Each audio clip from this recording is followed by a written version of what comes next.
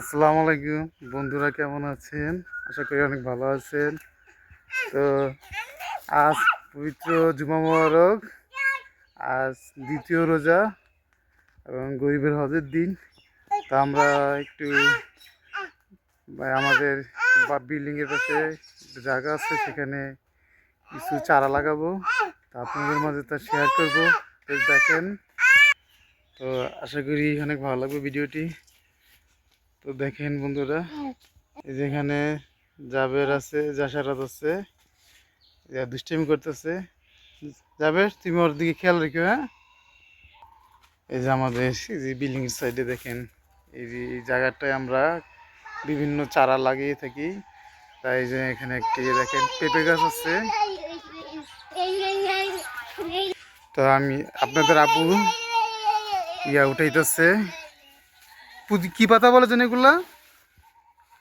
থানকুনি পাতা, থানকুনি পাতা, থানকুনি পাতা বলে, টাকা পাতা বলে। দেখেন মার্শাল্লাহ, অনেক থানকুনি পাতা হয়েছে এখানে। যে আমি আপনাদের দেখাইতেছি দেখেন,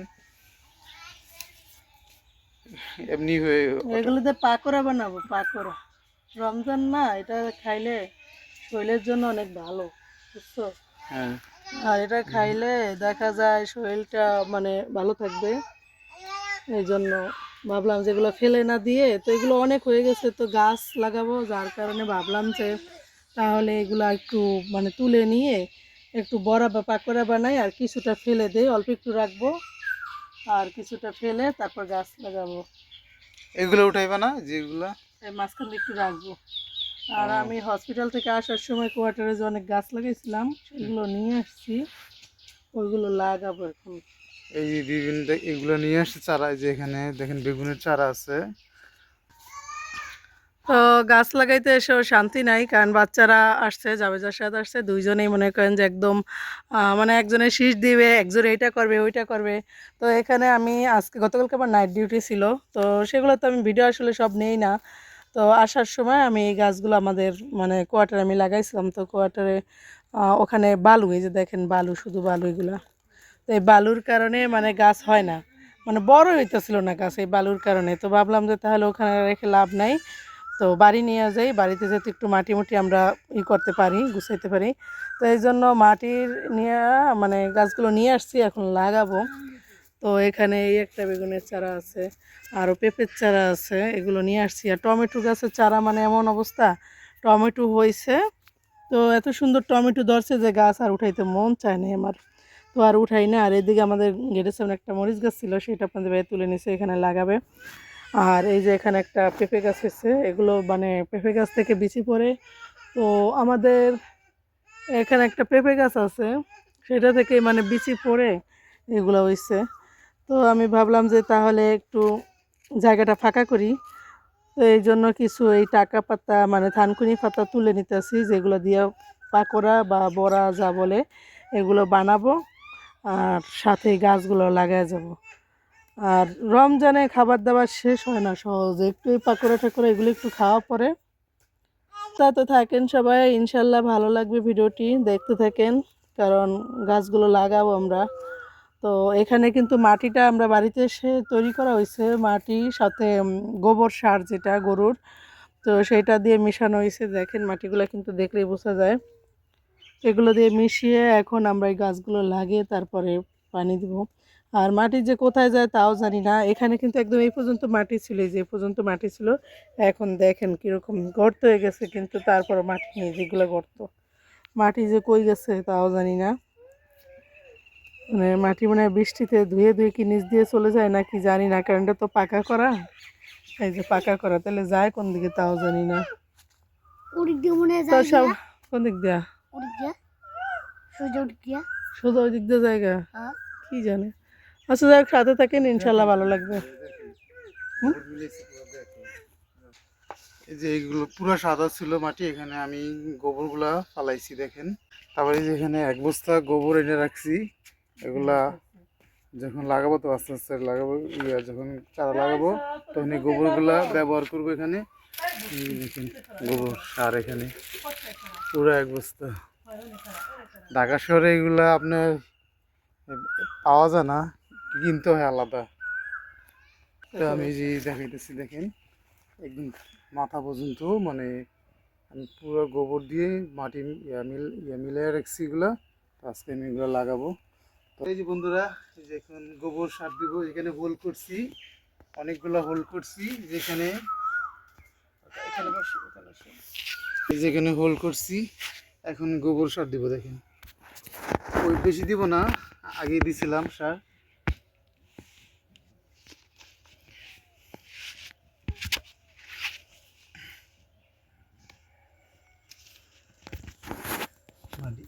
মিক্সার করে দিই, জানি না কি হয়।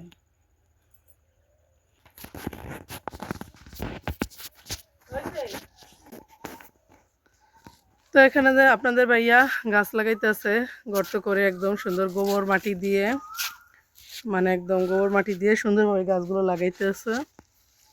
দেখেন একটু গর্ত বেশি করে লাগাইও, কারণ গাছগুলো জানি বাঁচে। এখানে এক জায়গাতে তুলে আনা হয়েছে, তো ওই জায়গায় ওই পেঁপে গাছটা লাগাও, ওটা আর বেশি গর্ত লাগবে না। আব্বা বলছে একটু ভিজিয়ে লুতে আগে। হ্যাঁ, পানি দিয়ে দিলেই পরে পরে পাইপ দিয়া একটু বাথরুমের লাইন দিয়া, বুঝছো, এই জায়গাতে একদম পুরাই দিয়ে দিবা। পাইপ আছে না, টাইনা পানি আনে দেওয়া যায় না। তো বাঁচবে যদি পানি দিই। বাঁচবে ইনশাল্লাহ। এই বেগুন গাছও বাঁচবে, অনেক ফল গাছ আছে, বেগুনের লগে গাছ বিক্রি করে না, সবাই বাঁচবে। আমি টমেটো ছাড়া ওই একটা আনবো, আর একটা আনতাম না, কারণ ওইটা বেশি ছড়ায় গেছে আর অনেক টমেটো ধরছে। এগুলো আইনা টমেটো তো হইবে, কিন্তু কথা হচ্ছে যে এটা কি লেবু গাছ? লেবু গাছ এই জায়গায় থাক, কিন্তু এটি কিতে ধরছে? রোগে সরগে ধরছে যে, তাহলে এটি ওষুধ দেওয়া লাগবে না?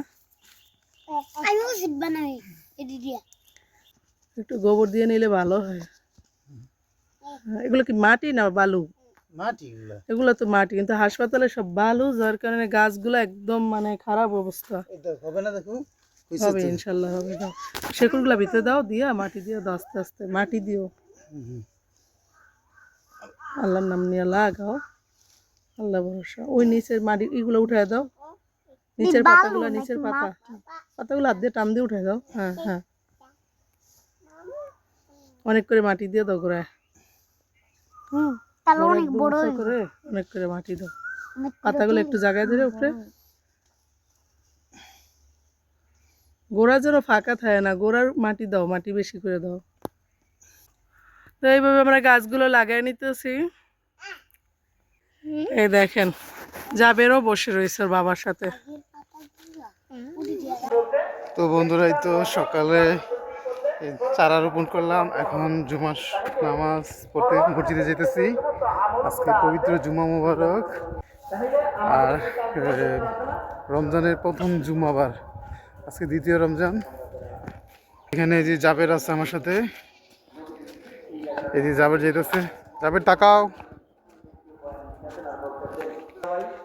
যাবে কি করতে যেতেছো? কোথায় যেতেছো? জুমার নামাজ পড়তে। আজকে কি পবিত্র জুমা মুবারক? এই যে আমাদের এই রাস্তাটা উঁচু করা হয়েছে এখানে, যেন বৃষ্টির দিনে চলাচল করতে অনেক কষ্ট না হয়।